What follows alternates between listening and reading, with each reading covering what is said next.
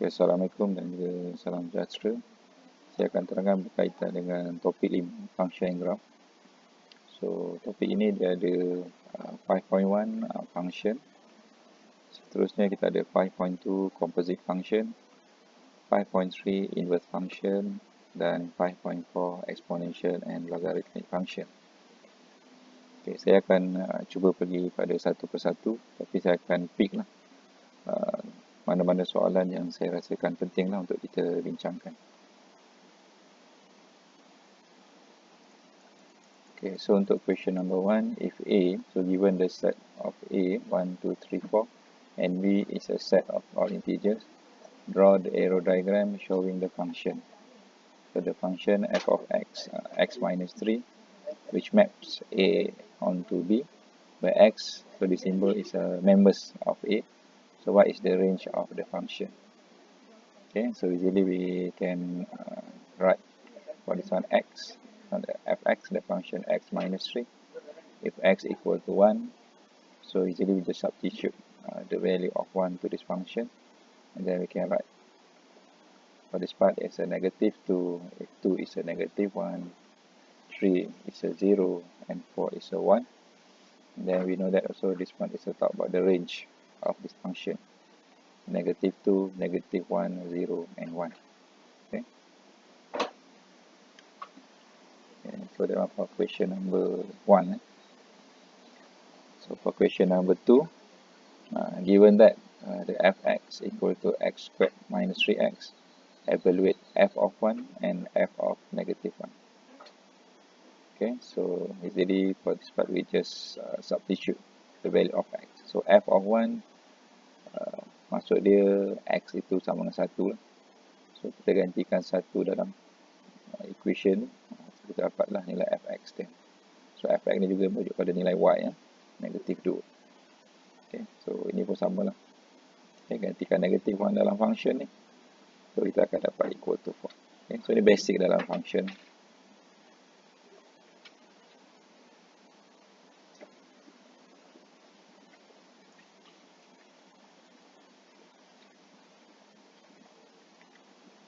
So kita pergi terusnya question number 3. Okay, verify whether the following function are one-to-one by using algebraic approach or horizontal line test.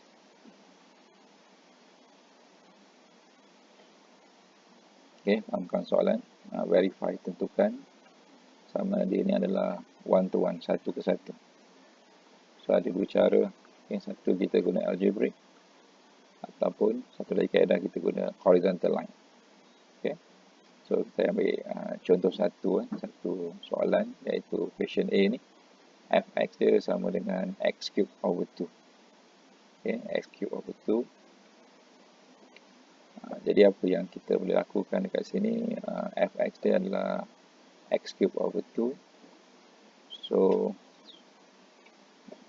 A equal to half greater than 0.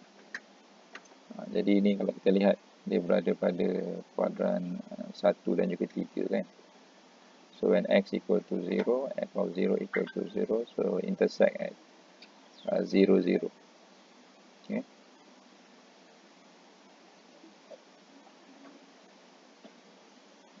Right. Okay, so kalau kita guna horizontal line, so ni function cubic dia inilah, cubic. So kita draw satu horizontal line dan jelas dot merah ni kan.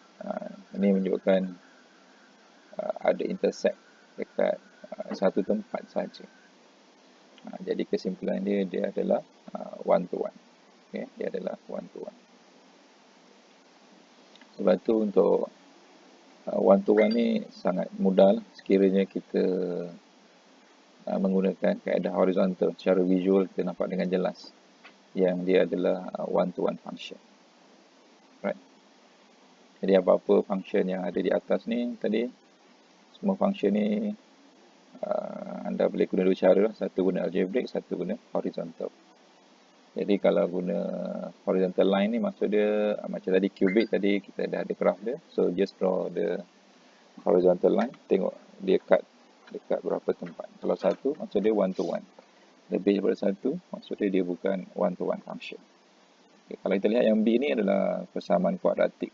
Okay, kuadratik yang bentuk senyum tu kan. Jadi yang ini kalau kita bina horizontal line, kita boleh nampak dengan jelas lah yang mana dia adalah akan pintas kepada dua tempat.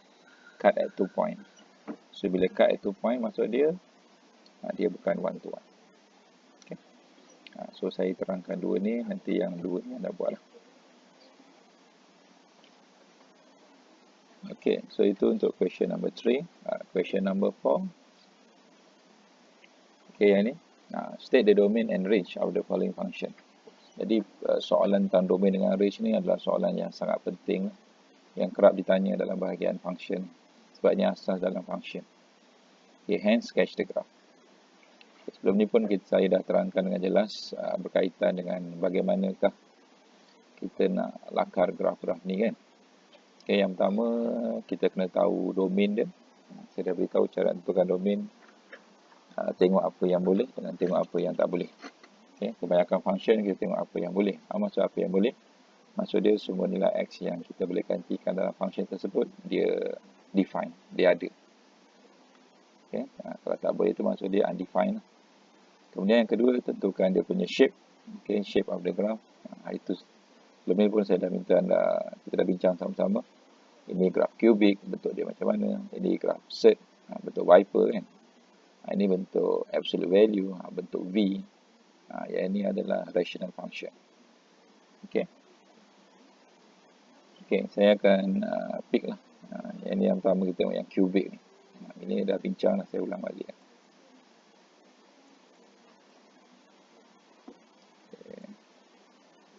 Okay. Jadi kalau kita lihat graf kubik yang ni Okay. So fx dia x minus 1 cube. So when x equal to 0, so kita gantikan 0 dekat function ni. So dia akan dapat negative 1 lah. Kan? So ingat function ni semakin banyak maklumat, graf kita semakin accurate. Okay. Sebelum ni saya beritahu tentukan domain, buat table kan. Boleh buat table. So kalau guna table tu kita boleh pilih lah. Masukkan dalam calculator anda tu. Masukkan function yang ni tadi. X minus 1 to the power of negative 3. Lepas itu anda masukkan daripada, mungkin boleh pilih negatif 2 sampai 2. Okay, X dia negatif 2 sampai 2. Kemudian kita start negatif 2 kan, end dia dekat 2. Kemudian step dia 1 lah. Lepas tu calculator akan berikan nilai-nilai bagi Y. So apa anda kena buat, just plotkan. Tengoklah nilai Y kita tu adakah dia terlalu kecil atau terlalu besar. Jadi pilih saja yang dekat dengan origin untuk senang kita lukiskan. So basically kita akan dapat graf yang macam ni lah sepatutnya. Okay. So bila kita draw ni kita akan nampak dengan jelas lah. Dan kita boleh lihat adakah domain yang tadi tu betul tak. So kita tahu domain dia sini. Domain dia kalau domain ni merujuk pada nilai X. Negatif infinity ke infinity. Kalau Y, kalau range ni rujuk pada nilai Y. Negatif infinity ke infinity. Okay. So ni domain dengan range bagi graf kubik. Alright. Okay. Seterusnya kita tengok yang C. Okay. Yang C. Graf C ni graf absolute value. Saya percaya anda pernah lukis graf ni kan. Dia basically graf ni shape dia betul V. Jadi kadang-kadang cara mudah dia balik pada cara kita lakar graf. Yang pertama shape untuk kita dapatkan gambaran jelas tentang graf tersebut. Kemudian kita tahu domain dia apa. Macam graf ni kalau kita lihat X ni kalau kita ganti kan nilai negatif boleh, kosong boleh, positif boleh. Maksud dia graf ni boleh untuk semua function. Graf ni boleh untuk nilai-nilai negatif infinity ke infinity. Alright. Okay, selepas kita dapat dia punya domain, so kita boleh tabulatekan. So saya cadangkan anda masukkan dalam kalkulator anda tu type exactly macam ni, type macam ni. Type absolute value x tolak 1 tambah 4. Ni ada kat kalkulator ni, cari type macam ni exactly. Lepas tu anda boleh start, boleh pilih lah. Kalau macam ni mungkin nak mula dengan T2 sampai 2 boleh juga. Yang penting ada bentuk shape. Dia bentuk V tu, shape V tu ada. Okay. So lepas anda tablet tu anda plot kan. Anda plot lah. Kalau tadi negatif 2 kan. Negatif 2 dapat titik kat sini. Negatif 1 dapat kat sini. Kosong dapat kat sini. 1 dapat kat sini. 2 dapat kat sini. So kita just joinkan dia dan kita akan pasti akan dapat graf yang seperti ini. Okay, selepas tu domain, jelaslah domain tadi negatif infinity ke infinity, range ni jaga-jaga. So sebelum ni saya ada beri panduan kan, kita lintangkan, kita letakkan pen kita secara horizontal kat sini, dan kita bila kita letak dekat area sini, kita dapati dia tak ada graf. So apa kita buat, kita gerakkan dia ke atas dan lihat di manakah nilai y yang pertama dia akan jumpa. So dia akan jumpa dekat 4. So dekat 4 ni pula, kita nampak dia tu termasuk. Sebab tu bila kita tuliskan range ni, dia mesti ada gunakan simbol square bracket ni, mana termasuk 4. Dan graf ni dia akan pergi kepada infinity. Okay. Okay, so ini graf absolute value kan. Right. Yang ni saya terangkan penuh lah. Itu saya minta anda buat kan.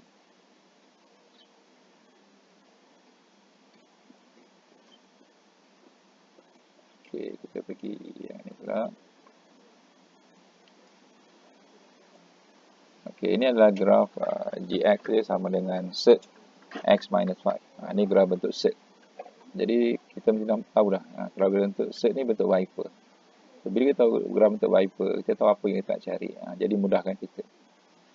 Okay, tentang domain, ini penting. Sebelum saya terangkan, kalau graf bentuk set, kita bulatkan dalam ni kan.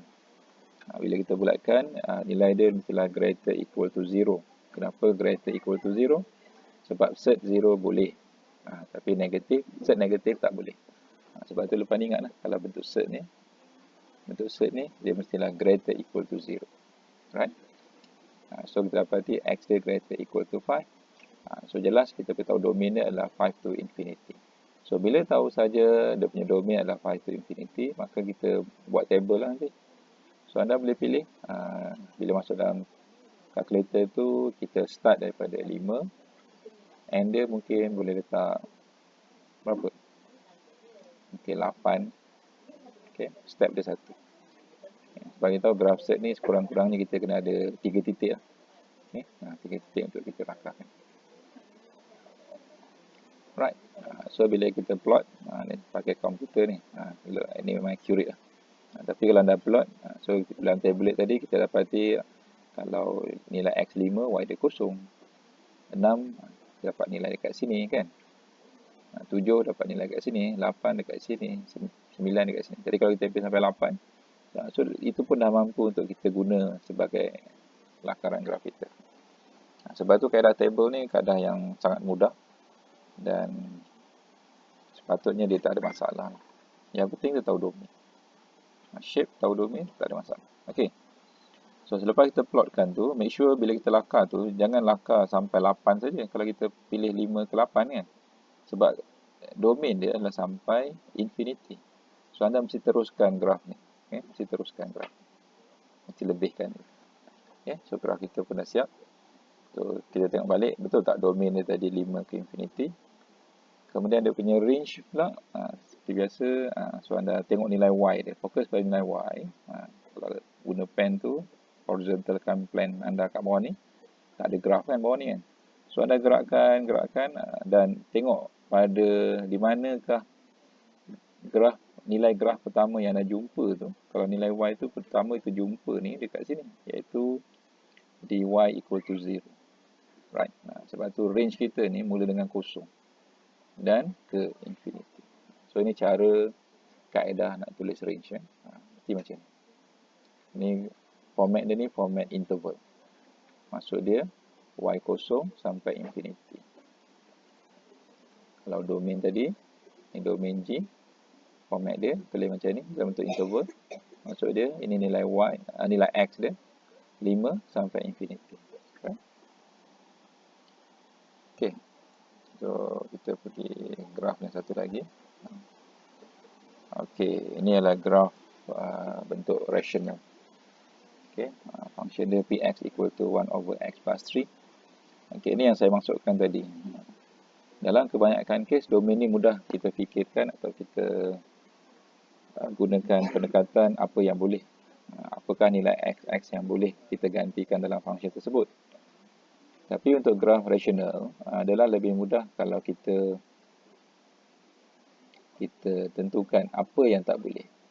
Jadi sebenarnya kita kena pertimbangkan dua-dua bahagian. Maksud dia bahagian denominator dan juga numerator. So untuk bahagian denominator ni yang penting lah untuk mudahkan kita kan. Tengok yang bawah ni dulu baru tengok yang atas. Okay, yang bawah ni kita tahu dia tak boleh negatif 3. Sebelum ni saya tunjukkan guna number line. Kemudian anda tandakan di mana negatif 3 tak boleh, tapi yang lain tu boleh. So yang lain maksud dia inilah. Negatif infinity ke negatif 3. Union negatif 3 ke infinity. Guna number line. Guna number line. Okay. So biasanya kita akan tentukan domain dulu. Okay. Yang range ni kita akan dapatkan daripada graph. Okey, so untuk graph rasional, dia ada satu perkara yang penting dipanggil sebagai vertical asymptote. Okey, vertical asymptote. So vertical asymptote ni kita dapatkan mudah saja, dapatkan daripada penentuan yang tadi tu, yang x tak boleh dekat negatif 3. So we just draw the vertical line macam ni. Okey, bila kita draw vertical line macam ni, so graph ni seolah-olah terbahagi kepada dua bahagian. Di sebelah kiri asymptote dan juga di sebelah kanan asymptote. So untuk di sebelah kiri ni anda boleh buat table, boleh buat table untuk bantu anda plotkan titik-titik ni. So mungkin yang sebelah kiri ni anda boleh pilih buat satu table, simple table, gantikan, masukkan dulu function tadi tu dalam anda punya calculator. Kemudian anda masukkan nilai x anda negatif 6. Anda boleh buat lah sebenarnya negatif 6 sampai 1 boleh, tak ada masalah. Okey, buat start dia negatif 6. And dia dekat 2. Boleh. Kemudian step dia 1. Okey. Lepas tu tekan equal tu. So calculator akan tabulatekan nilai-nilai function ni. So bila anda masuk dalam calculator nanti, so calculator akan berikan nilai negatif 6 ni. Saya pasti dia dapat negatif kan, sebab tu graf ni kat bawah. Kemudian negatif 5. So makin kita gantikan nilai ni, nilai y dia semakin ke bawah macam ni. So daripada situ kita nampak dah shape dia ke bawah macam ni. So anda sambungkan je dapat graf bahagian ni. Okay. Dan apa peranan asymptote? Peranan asymptote adalah apa saja graf dia akan menghampiri asymptote. Itu dia punya karakter dia. So bila kita draw graf ni, so make sure dia graf ni semakin lama semakin hampir, tapi dia tak akan jumpa ni. Sampai bila-bila tak jumpa. Sian kan? Okey, yang sebelah kanan pula, tadi bila kita masuk dalam kalkulator, nilai negatif 6, negatif 5, negatif 4 ni, kalkulator akan berikan nilai. Tapi bila dekat negatif 3, kalau kalkulator punya bahasa, dia akan kata error. Error tu apa maksud dia? Maksud dia undefined dekat negatif 3. So, perkataan error memberi makna bahawa graf ini tidak boleh ada domain pada negatif 3. Right. So sebenarnya kalau anda boleh nampak, kalkulator ni ada banyak kegunaannya. Antaranya kita boleh gunakan maklumat tadi untuk mengatakan bahawa graf ni tidak ada domain pada negatif 3. Okay. Tapi bila negatif 2 dah ada nilai. So kita boleh plotkan sini negatif 1 ada nilai. Tapi mungkin graf kita tu, dia seolah macam terputus kat sini kan bila anda draw. So apa berlaku dekat sini? Sebab tu kalau anda faham tentang shape of the graph, yang menghampiri kepada asymptote, anda boleh secara mudahnya just sambungkan graf daripada negatif 2 tadi, nilai yang anda dapat tadi tu, anda terus sambungkan dan menghampiri kepada asymptote. Itu gunanya asymptote ni. Alright. Kemudian tadi kalau kita pilih sampai 1, kita akan dapat kat sini. Kalau sampai kosong, dapat titik kat sini. So apa berlaku yang seterusnya? Ini sebenarnya graf rasional ni, dia ada vertical asymptote dan dia satu lagi dipanggil horizontal asymptote. Sebab tu graf ni dia akan menghampiri kepada asymptote horizontalnya pada bahagian ni. Dan pada bahagian ni pula graf ni akan menghampiri vertical asymptote. Itu karakter asymptote. So daripada perbincangan ni kita boleh nampak lah peranan asymptote. Satu kita ada vertical asymptote dan satu lagi kita ada horizontal asymptote. So secara detail nanti anda akan lebih faham jelas tentang apa yang berlaku dekat sini bila kita masuk topik limit and continuity. Tapi buat masa sekarang ni dengan kaedah table ni pun dah cukup dah. Contohnya lah, dah nak tahu apa jadi dekat negatif 2.5. So, just gantikan nilai X sama dengan negatif 2.5 dan kita tengok nilai Y. Apa